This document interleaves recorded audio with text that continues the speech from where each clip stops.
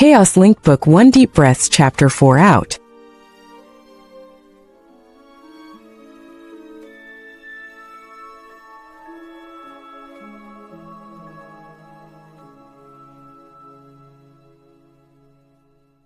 Darkness swirls around Sonic like a thick fog, shifting and curling at the edges of his vision.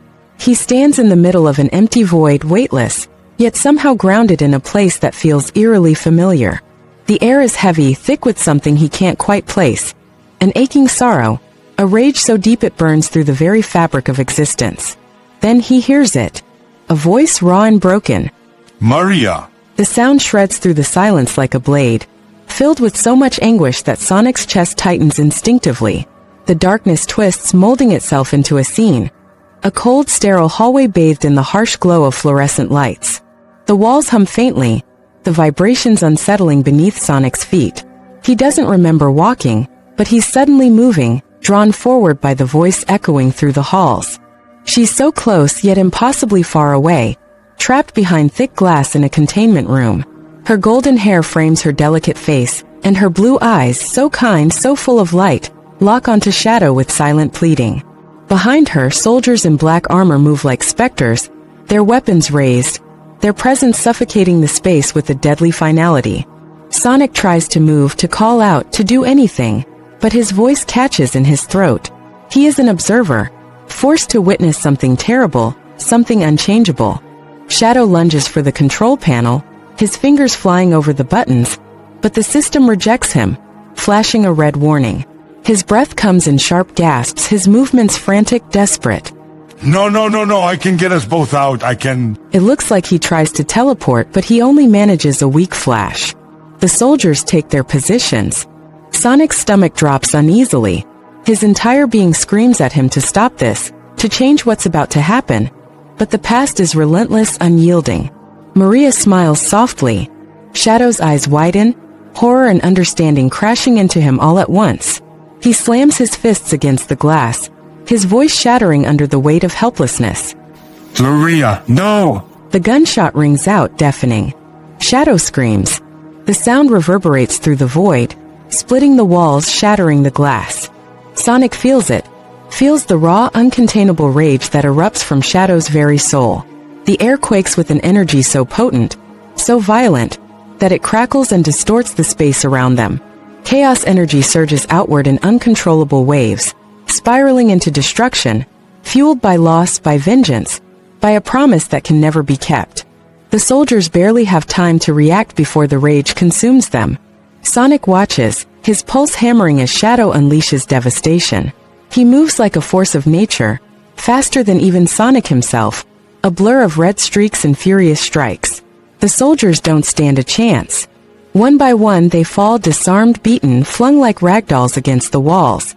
The facility groans under the force of Shadow's unleashed fury, cracks forming along the metallic walls, warning alarms blaring in the distance. But it's not enough. Shadow is breaking apart, lost to grief, to vengeance, to a fire that refuses to burn out. His breathing is ragged, his fists shaking, his crimson eyes ablaze with something primal. Chaos energy pulses from his body in chaotic bursts, the sheer force of it distorting the air around him. Sonic feels it deep in his chest, a crushing weight, an overwhelming grief so strong that it threatens to pull him under, to drown him in a sorrow that isn't his own, but one that he had come dangerously close to. He staggers back, his mind reeling, struggling to separate himself from Shadow's suffering. Then Shadow turns. His eyes lock onto Sonic's, and for the first time, Sonic sees something he never expected to see in him. Hopelessness. Shadow takes a step forward, his voice raw, hollow. You don't understand, do you? Sonic opens his mouth, but no words come out. Shadow's mouth curls into something that isn't quite a smile. It's bitter, empty. She was everything to me. And they took her away. The air grows heavier, thick with grief and fury, pressing against Sonic like an unrelenting tide. He wants to say something, anything, but Shadow's pain is a tidal wave, unstoppable, all-consuming. Tell me, Sonic. Shadow's voice drops to a whisper, filled with something so broken that it chills Sonic to his core. What would you do if you lost one of them? Sonic stares at him, his own breath unsteady. He doesn't have an answer. Because deep down he knows if someone had taken Tails or Knuckles or Tom or Maddie, if Shadow really had killed Tom, would he be any different? The darkness surges again, the facility dissolving into a sea of black and crimson. Shadow fades with it, his figure dissolving into chaos energy, his sorrow echoing through the void. I don't want to be alone. Sonic's heart lurches at the final whisper, the words like a ghostly imprint on his soul. And then he falls. The world rushes up to meet him, the dream slipping away, leaving behind only the weight of Shadow's grief pressing against his chest. And even as Sonic's consciousness fades into the cold embrace of reality, one thing lingers in his mind. Mom, Dad? Maddie grips her phone tightly, pacing the bedroom as she dials Rachel's number. Her heart pounds in her chest, her breath coming too fast. She doesn't hesitate, not this time. As soon as the line connects, she blurts out, Rachel, it's Sonic. He collapsed. He's really sick and we don't know what to do. There's a pause, just long enough for Maddie to hear the shift in Rachel's breathing. Wait, what? Maddie, slow down? What do you mean he collapsed? Tom stands nearby, arms crossed, tension radiating from every inch of him. I mean, he's barely responsive. We took him to the vet, tried to get an x-ray, but nothing showed up. He just keeps getting worse. She swallows hard, blinking against the tears burning in her eyes. Rachel, we need help. You need Gun. Her voice is firm but not unkind. Maddie flinches, not because Rachel is wrong, but because she's right. I wouldn't be calling you if we had any other choice. Please, Rachel, can you get Randall? Can he help us? Rachel is silent for a moment, then sighs. I'm not doing this for Tom. Maddie presses a hand to her temple, exhaustion settling in. I know. I'm doing it for Sonic and for you. Rachel continues, and there's a surprising softness in her voice. If it weren't for him, I wouldn't have met Randall in the first place. So yeah, I owe the little guy. Maddie bites her lip, relief flooding through her. Thank you. Hold on. I'm putting you on speaker. Rachel says, and a moment later, Randall's voice comes through. Maddie, what's going on? Sonic is sick. We don't know what's wrong, and it's getting worse. We need someone who can actually help. Randall is quiet for a beat. Did you take him to a hospital? Tom lets out a short, humorless laugh. He's a blue, talking hedgehog, Randall. We can't exactly walk him into an ER. Randall sighs, and for once it sounds like he actually understands the weight of what they're dealing with. Sure, Sonic has been sick before, but never like this. It's definitely not the average cold. All right, I can get you through to Gun's medical division. They have the resources to figure out what's happening. Then do it. Randall doesn't respond immediately. When he does, his voice is carefully neutral. You need to understand something first. If you bring Sonic in, Gun is going to take full control of the situation. That means medical evaluations, testing whatever they decide is necessary. Tom's scowl deepens. Because he's an alien and not a kid, right? Randall doesn't rise to the bait. Because he's an unknown, and unknowns are a risk. I'll do what I can to keep things from going sideways. But once he's in their care, Gun calls the shots. Tom wants to laugh at Gun and care being used in the same sentence. Maddie tries to steady her breathing. She knew this was coming, but hearing it still sends a sick feeling through her stomach. We go with him. Wherever they take him, we go too. Randall is silent for a moment. Understood. Tom's eyes narrow. No, not understood. Say it. Wherever Sonic goes, we go. Randall exhales slowly, and when he speaks, there's something in his voice, something too carefully measured. You'll be there, but they're going to see him as an asset first, not a patient. It's not the answer they wanted, but the one they expected. Tom lets out a bitter laugh. So nothing's changed? Even after they just saved the world? Maddie stops pacing, gripping the phone tighter. Randall. I'll do what I can. But if you bring him in, you're not going to be calling the shots. A cold weight settles in Maddie's stomach.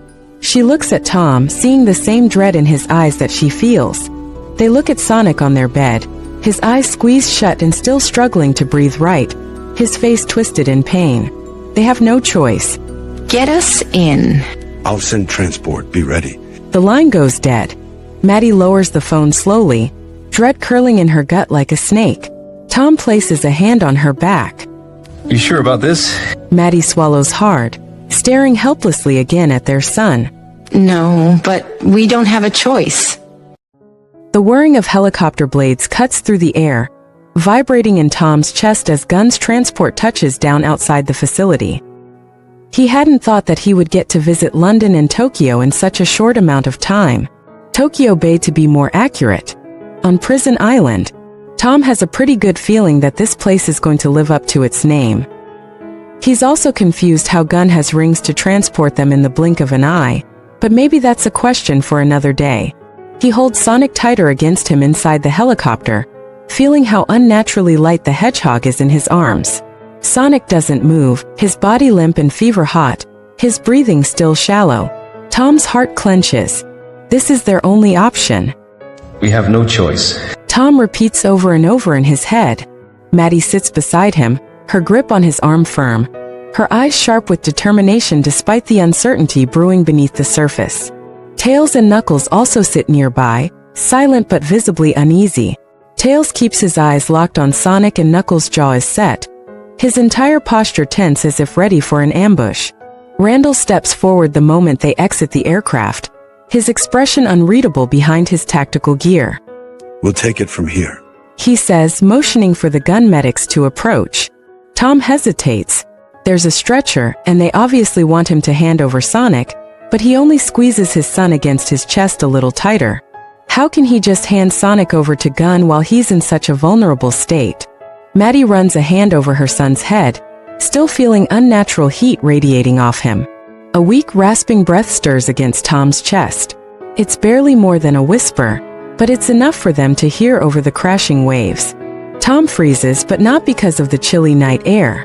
Then he feels it, an almost imperceptible twitch of Sonic's fingers against his jacket, like he's trying to move, trying to tell him something. Sonic. Tom's voice is raw hoarse. His grip on Sonic tightens as he looks down, dread and hope warring in his chest. Maddie is already leaning in, her breath catching. Baby? Her voice is softer than Tom's, trembling just a little. Sonic's eyelids flutter. His usually vibrant green eyes crack open, still dazed and unfocused, but there. A slow, tired smile tugs at the corners of his mouth, barely more than a ghost. His gaze finds Tom's, then Maddie's, and even through the haze of exhaustion and pain, there's something gentle, something undeniably Sonic in it. It's okay, Dad, Mom. I got this. He sounds so tired. The words nearly break them both. Maddie presses a hand over her mouth, her shoulders trembling as she exhales a shaky breath. Tom swallows hard, his grip tightening on Sonic like he can hold him together through sheer will. Oh, baby, no. Maddie whispers, brushing damp quills away from Sonic's burning forehead. The mist from the ocean waves almost seems like it's cooling him off. We've got you. Sonic tries to chuckle, but the sound catches in his throat, turning into a faint, pained breath. His fingers twitch again, reaching, searching. Tom takes Sonic's hand while still holding his son with his other arm, gripping it firmly, anchoring him in a way that words can't. Maddie clasps both of her hands on top of Tom's, her touch gentle but unwavering. Sonic's fingers curl feebly around theirs, a soft pressure, so light, so fragile. Their son is so small in this moment, so vulnerable, so still. Maddie presses a kiss to Sonic's head, holding back the tears threatening to spill. You're so strong, sweetheart. But you don't have to do this alone. I'm right here, pal. We both are. Tails and Nux too. Tom says, not even bothering to fight tears. The ocean mist is probably doing a good job at hiding them. Gun medics step forward, but neither parent moves right away. Guys, this isn't right. They shouldn't be doing this. Tom's heart clenches as he forces himself to move, to let go. But he doesn't. Not completely. Even as he carefully lowers Sonic onto the stretcher, he keeps holding his hand, squeezing it, grounding him. Maddie mirrors him, her hands cradling Sonic's like she's afraid to lose even a second of contact. Sonic's grip weakens, his eyes already drooping closed again, his body succumbing to exhaustion. But just before his fingers slip away, he squeezes back, just barely. And that's the only thing keeping Tom and Maddie from falling apart. The moment he places Sonic onto the stretcher, an unfamiliar, gut-wrenching dread settles into his stomach. He exchanges a look with Maddie, who tightens her jaw but says nothing. The medics begin rushing him toward the facility, their movements precise, mechanical. Too impersonal. We're coming with him. Maddie states firmly, stepping forward. Randall hesitates for a fraction of a second before sighing. That's not how this works. What do you mean? Tom demands, stepping in front of Maddie protectively, but deep down he knows exactly what that means. That wasn't the deal. We were supposed to stay with him. Tails and Knuckles flank him immediately, both tense like coil springs. Randall's expression darkens. Orders changed. We need to assess the situation before exposing anyone else to potential risk. Quarantine him and anyone that's been near him recently, including you. Maddie's eyes blaze, her hair whipping in the wind. Risk? What risk? He's sick, he needs us? It could be something beyond what we understand. We can't rule out contamination. Contamination. Tails nearly shrieks, his tails lashing wildly. He's not some biohazard. He's my brother. Knuckles steps forward, towering over the nearest gun soldier. If you separate us, you will regret it. In response, a subtle hum pulses through the air. Tails gasps, stumbling as his tails suddenly droop behind him, useless. Knuckles' knees buckle, his movements sluggish as if he's suddenly carrying a massive weight. A sudden wave of weakness washes over Tails like a heavy blanket. His legs wobble, his tails hang limply behind him, and an unnatural exhaustion seeps into his muscles. Panic bubbles up inside him as his ability to hover is completely ripped away. He tries to spin his tails, to lift himself even an inch, but nothing happens. His whole body feels sluggish, like he's been shackled by invisible chains. Knuckles grits his teeth, his muscles locking as the unseen force drains him of his strength. He balls his fists, trying to summon his usual power, but it's as if the weight of the planet is pressing down on him. He takes a single step forward only to stumble. His heart pounds wildly in frustration. They've stolen part of what makes them who they are. What? Tails pants, trying to move but barely able to take a step. What's going on? They're disabling our powers. Knuckles growls, his muscles visibly straining against whatever invisible force is sapping his strength. He glares at Randall. Cowards. Tom watches in horror as his boys struggle to move, the realization hitting like a gut punch. They had planned for this. Gunn had planned for this the moment they called. This isn't right. Tom snaps, stepping protectively in front of his family. You said we'd be together. I said we'd do what was necessary. Randall corrects, his voice tight, almost regretful. Almost. And right now, that means isolating him. No. Tom says, stepping toward the soldiers, trying to push past them. His fists clench, his body surging forward. But the soldiers quickly move, blocking him with unyielding force. Two of them grab his arms, shoving him back as he struggles, his heart pounding. Get off me. I'm not leaving my son. Tails, still sluggish from the suppression field, stumbles forward, desperation flashing in his wide eyes. Randall, please. He needs us. He needs his family. Randall doesn't meet his gaze. Knuckles lets out a guttural snarl, his body shaking as he fights against the invisible force restricting his strength. With one final burst of effort, he lunges forward and shoves a soldier hard, sending him stumbling backward. You dare take him from us? He roars, attempting another step, only to collapse to one knee as the suppression tightens like an unbreakable grip around him. A medic activates a security panel, and the large reinforced doors to the facility slide open. The stretcher carrying Sonic is rushed through. Sonic! Tails tries to move, but his legs won't cooperate. Knuckles snarls again, taking a shaky step forward before dropping to one knee. Tom knew it. He knew they couldn't be trusted. Wherever Sonic goes, we go. That was the agreement. Randall's expression tightens, telling them everything. This isn't going to go their way. I told you, Gunn needs full control over this situation. That means isolating potential threats and mitigating risks, especially after the last asset escaped. Tom blinks, processing that information. The last asset? Does he mean Shadow? Shadow was here at some point? Maddie glares, stepping forward. We're not a threat. We're his parents. Tom's patience snaps. You listen to me, Randall. You said we'd be with him. You said we'd be together. You are not locking us away from our own son. Is this because I punched you at your wedding? Randall doesn't flinch, but there's a flicker of something in his eyes, hesitation maybe, regret. But it doesn't last long enough to stop him from nodding toward the nearest commanding officer. No. He says calmly, nodding soon after. The soldiers move. Whatever had happened when the last asset had escaped, they're a lot more prepared now. Tom sees it coming and acts fast, throwing his shoulder into the nearest soldier, knocking him back. He twists, shoving another away from Maddie as she dodges a grabbing hand. Maddie fights just as fiercely. She ducks under an outstretched arm, jabbing her elbow into the ribs of a soldier reaching for her. Get off me! She snaps, twisting away. But there are too many. A soldier grabs Maddie's wrist, twisting it behind her back, forcing her forward. She gasps, struggling against the hold, but the grip is ironclad. Tom yells in frustration, throwing another punch, his fist colliding with the soldier's chest armor.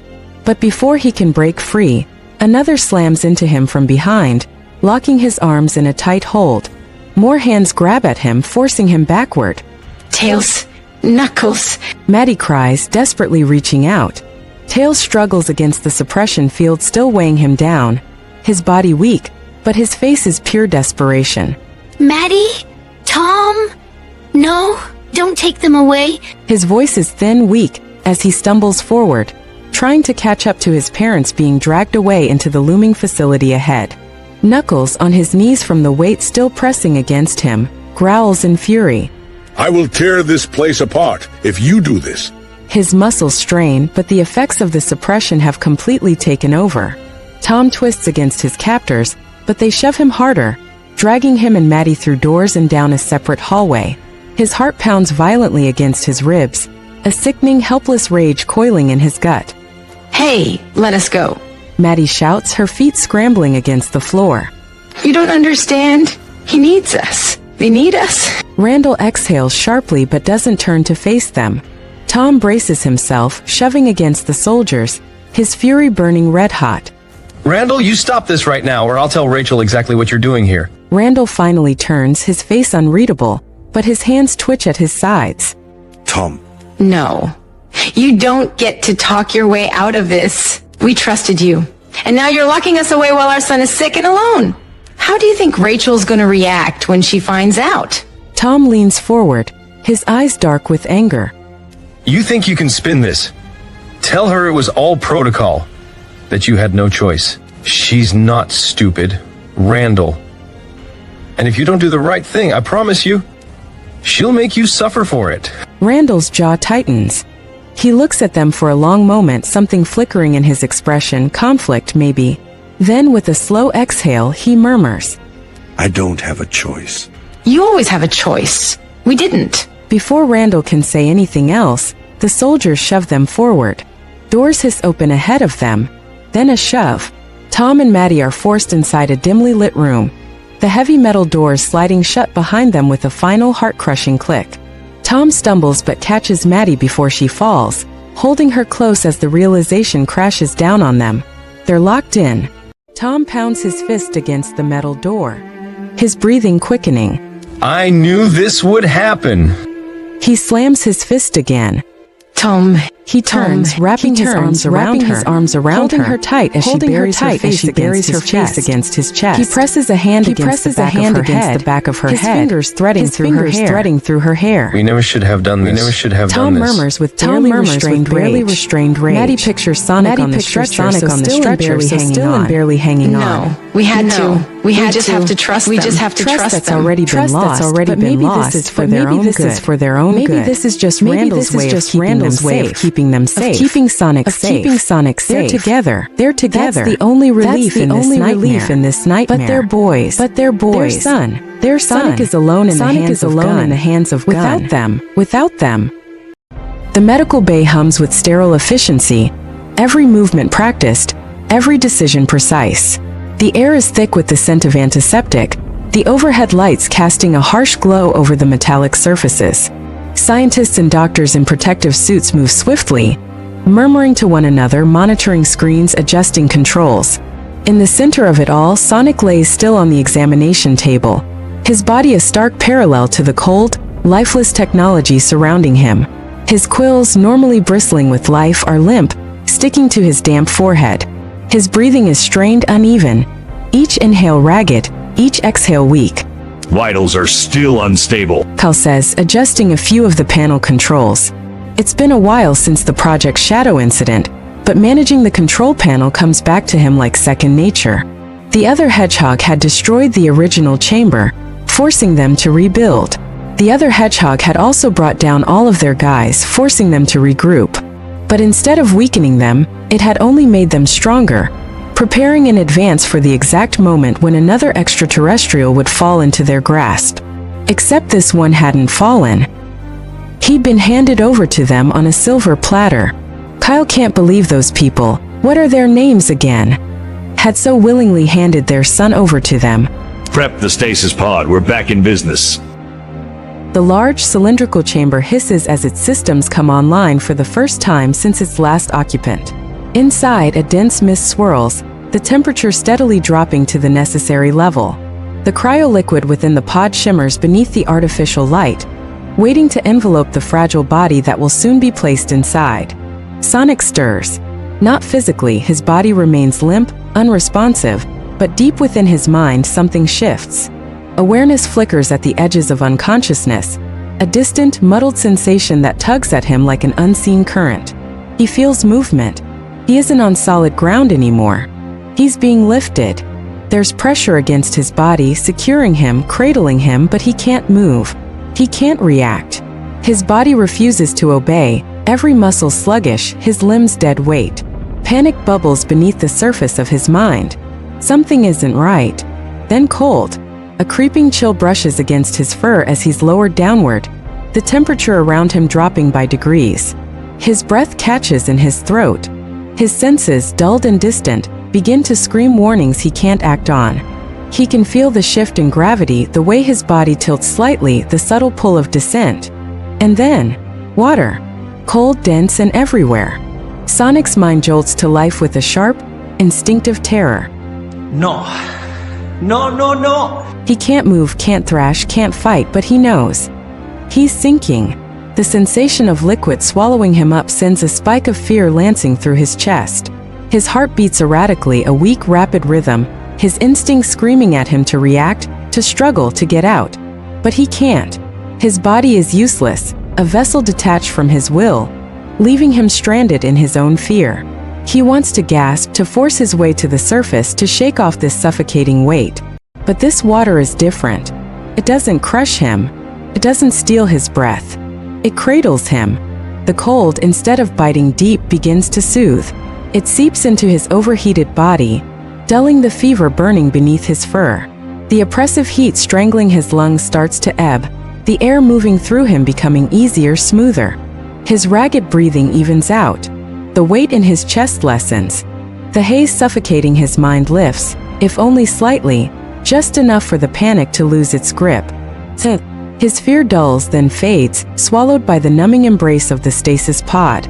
A final exhale of relief shudders out, his body surrendering fully to the cryogenic suspension. Outside the pod, the last tendrils of mist swirl against the glass as the systems confirm stabilization. The lead scientist checks the vitals. His readings are normalizing, core temperature decreasing to safe levels, heart rate steady. Kyle nods, his grin never leaving. He's stable. The pod seals completely, locking in its new occupant. He's going to make sure absolutely no one can hack into the system this time. Begin long-term monitoring. Sonic drifts in the cold, his body weightless, his mind slipping deeper into unconsciousness, but realizing something before he goes completely under. For the first time in what feels like forever, he isn't in pain.